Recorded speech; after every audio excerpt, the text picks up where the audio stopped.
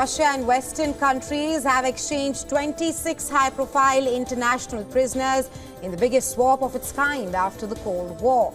Turkey mediated the landmark exercise. US President Joe Biden hailed the prisoner swap with Russia and said that this was a feat of diplomacy. Russian President Vladimir Putin also met with the released prisoners who arrived in Moscow on Thursday. He congratulated 8 Russian citizens who have been released as a part of the exchange deal. Meanwhile, a hostage and wrongful detainee flag was hoisted beneath the American flag at the White House on Thursday.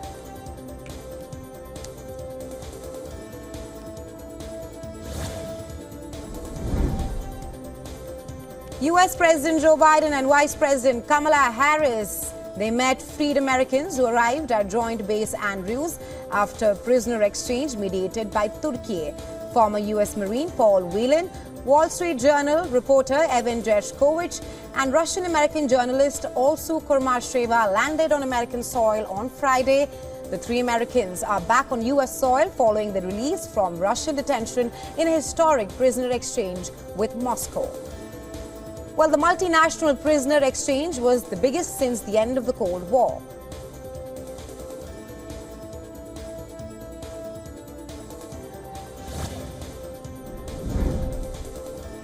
After the killing of top Hamas and Hezbollah leaders, Iran and its proxies are now preparing for a coordinated action. According to reports, the action is intended to deter Israel, but at the same time avert an all-out war in West Asia. This comes after Iranian officials met with representatives of the so-called Axis of Resistance, a loose alliance of groups hostile to Israel. IDF spokesperson Daniel Hagari in a statement said that the Israel Defense Forces were on a state of high alert. The statement came after Hezbollah launched a rocket attack on northern Israel.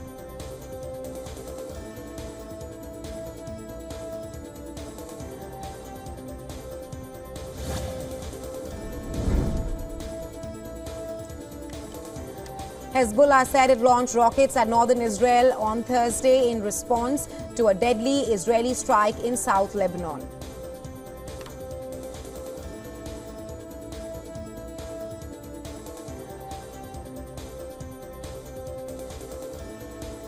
After Israel killed a top commander earlier this week, the Iran-backed group said in a statement that it launched dozens of Katyusha rockets in response to the Israeli enemy's attack that killed a number of civilians. The Israeli military said that shortly after the rocket fire, the Air Force struck the Hezbollah launcher from which the projectiles were launched.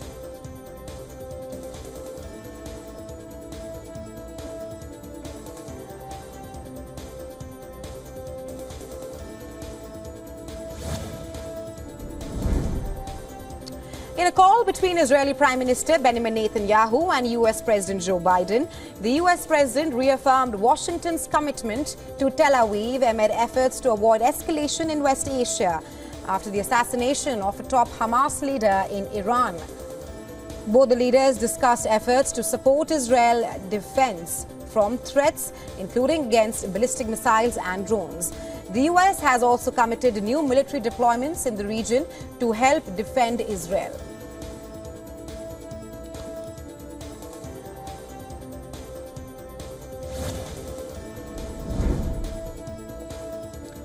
Former US President Donald Trump's lawyers have asked the judge overseeing Trump's trial on hush money case to step aside, claiming that the judge has indirect ties to Vice President Kamala Harris, who is poised to become the Democratic nominee in the November 5th election. Trump's lawyer said that the consulting firm, Authentic, where Judge Juan Merchan's daughter works, has ties with Harris's 2020 presidential campaign. Merchant rejected a similar recusal request by Trump on April 15th before the jury selection.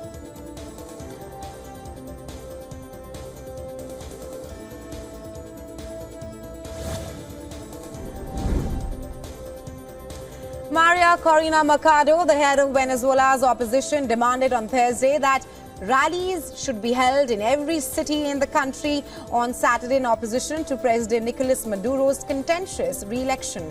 Taking to the social media, Machado asked her supporters to remain firm, organized and mobilized. Machado asserted her claim that opposition contestant Edmundo Gonzalez was the rightful winner, saying he won 67% to 30%.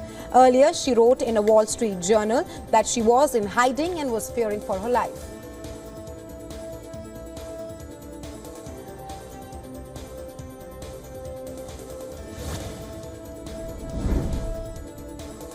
Nationwide demonstrations have erupted against the Nigerian government in Abuja, the commercial capital Lagos, and several other cities where demonstrators, mostly young people, are showing their discontent against the economic crisis and reforms. Nigerian police and angry demonstrators have clashed violently in several parts of the country. Thousands have been demonstrating across the country against the high cost of living and poor governance. Reports say that at least 3 demonstrators have lost their lives in Kaduna State.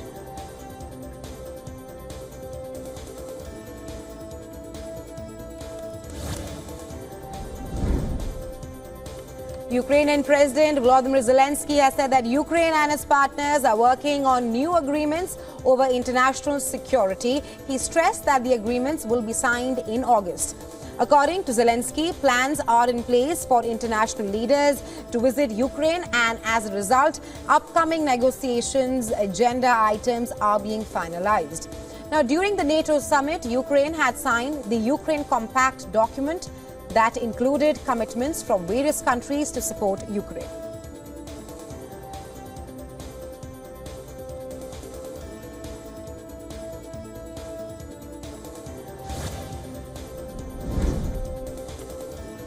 Former U.S. President and Republican presidential contestant Donald Trump has said that his campaign has raised $139 million in July.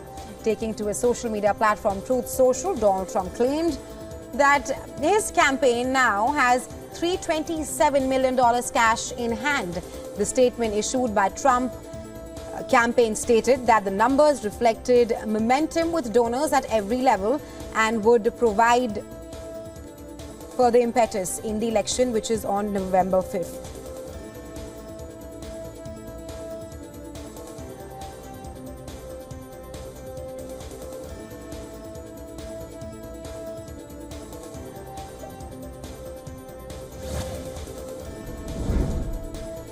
Vice President Kamala Harris honored U.S. Representative Sheila Jackson Lee on Thursday during her burial, calling her a fierce champion of justice and a well-known Democratic Party figure who championed women's and African American rights.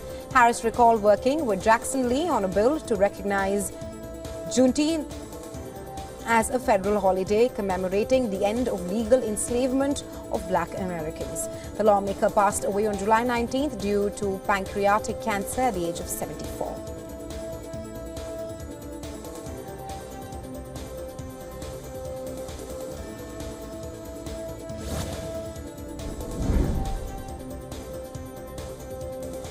Chip giant Intel is facing tough times. The company reported a $1.6 billion loss and announced plans to cut 15% of its workforce.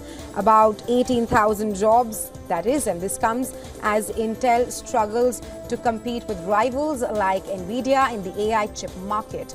Despite unveiling new AI-focused products, Intel is scaling back operations, including a major factory project in Israel to cut costs by $20 billion.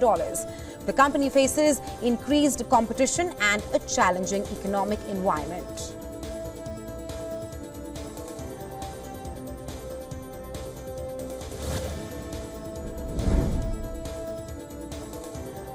India's food delivery giant Zomato's shares skyrocketed after the company reported a strong first quarter profit. The food delivery giant's grocery delivery arm Blinkit has been a key driver of growth. Blinkit's value surged 130%, outpacing market expectations. Experts have responded positively, raising their target price for Zomato stock. Despite a broader market downturn, Zomato shares have surged, becoming the top gainer on the Nifty 100 index.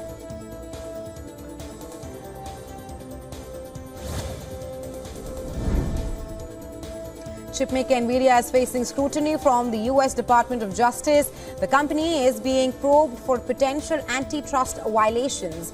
Authorities are looking into whether Nvidia has unfairly used its market dominance to influence pricing and customer choices.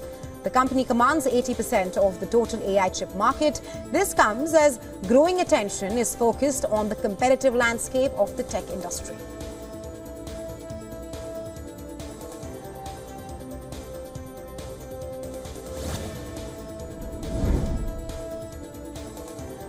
The Bank of England has cut rates for the first time since 2020.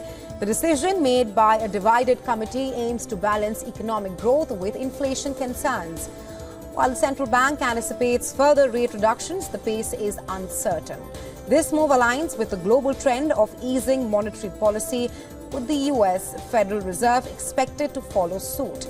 Despite the cut, inflation remains a key focus, with the bank predicting a return to its 2% target in the coming years. However, market expectations for rates are lower than the bank's forecast.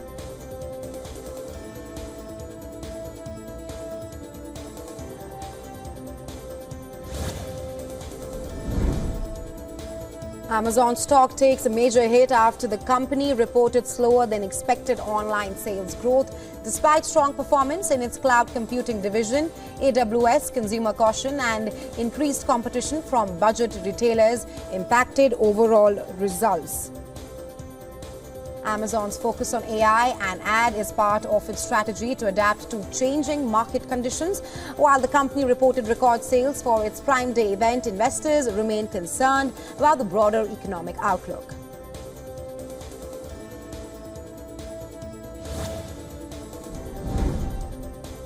China's embassy in Berlin has firmly rejected Germany's accusations that Beijing was responsible for a 2021 cyber attack on a German government agency. Germany claimed that China was behind the cyber intrusion targeting the Federal Cartography Agency. In response, Germany summoned Beijing's envoy to Berlin to formally protest the incident.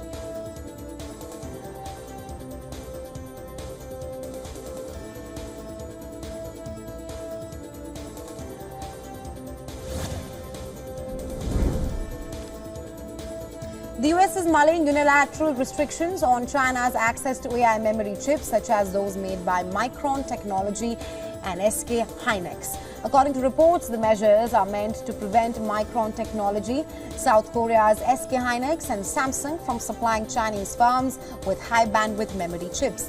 This is because these chips are essential in helping run complex generative AI programs. While the new measures would curb direct sales of such advanced chips to Chinese companies, it's unclear whether selling high-end memory chips bundled together with AI accelerators to China would be permissible or not.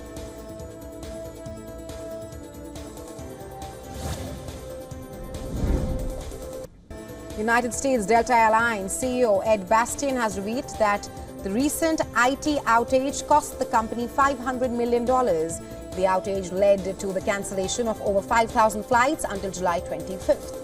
The disruption was caused by a failed software update from CrowdStrike, which affected thousands of Microsoft systems globally.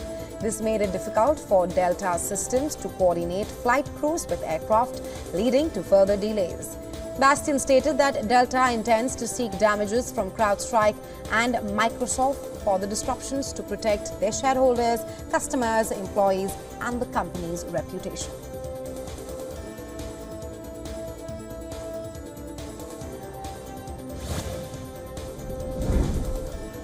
The European Union's landmark law on AI has come into force. Brussels vows it will drive innovation while protecting citizens' rights. Earlier this year, the EU adopted the world's first sweeping rules to govern AI, especially powerful systems like OpenAI's ChatGPT, after difficult and tense negotiations. Although The rules were first proposed in 2021.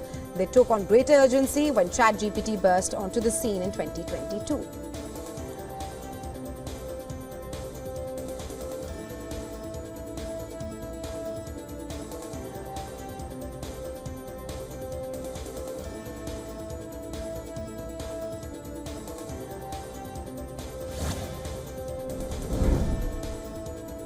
South Korea said that it is ready to offer flood relief to North Korea with relief supplies for damage caused by recent heavy rainfall.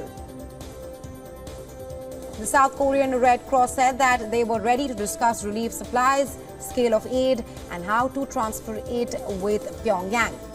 Over 4,000 residences in the Sinuju and Uju regions of North Korea have been flooded as a result of heavy rains that have recently hit the country's northwest. According to North Korean state media, North Korean leader Kim Jong-un personally inspected the flooded areas and expressed concerns over the damage.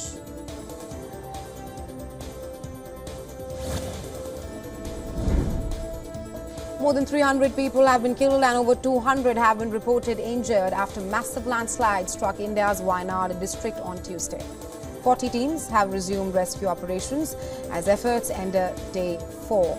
The army has rather been able to bring over 1,000 people to safety, while over 200 continue to remain missing.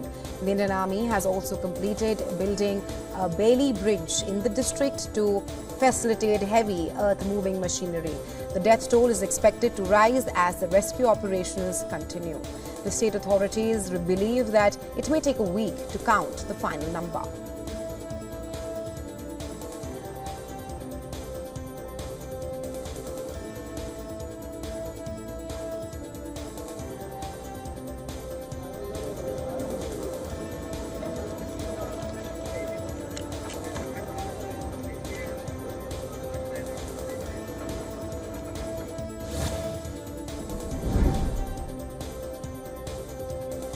Italy's on the world of sports now. Italy's Angela Kini abandoned her Olympic bout against Algerian boxer Imane Khelif inside 46. She walked out of the competition claiming it is unfair to battle against a biologically male opponent. Khelif is one of 2 athletes who have been cleared to compete in the women's boxing in Paris after having been disqualified from last year's Women's World Championships for failing to meet the gender test criteria.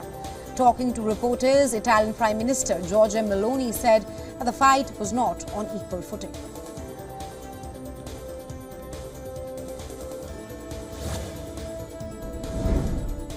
Simone Biles won the all-around gymnastics title for a second Olympic gold in Paris and 6th overall. The 27-year-old is the oldest Olympic women's gymnastics champion since 1952. Brazilian Rebecca Andrade's second straight Olympic all-around silver. The Tokyo all-around champion claimed the bronze medal. Biles had withdrawn from several events in Tokyo 3 years ago due to the twisties, a disorienting mental block.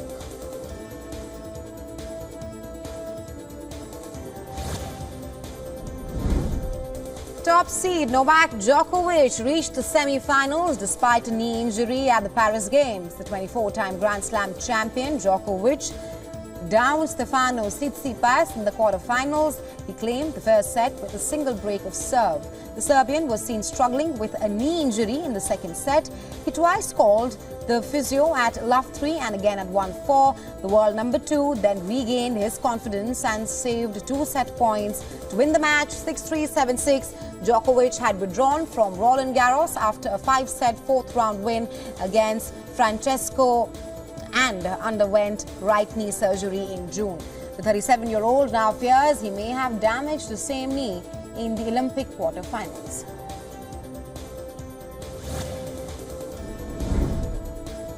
Defending champion Alexander Zverev has been knocked out of the Paris Games after losing to Italian Lorenzo Musetti in the quarterfinals. The world number 16 fired 20 winners against Zverev in a 7-5, 7-5 victory. Musetti, who reached the Wimbledon semi-final 3 weeks ago, becomes the first Italian player to reach the singles semi-finals since tennis returned to the Olympics in 1988. He will now face Novak Djokovic for a spot in the final.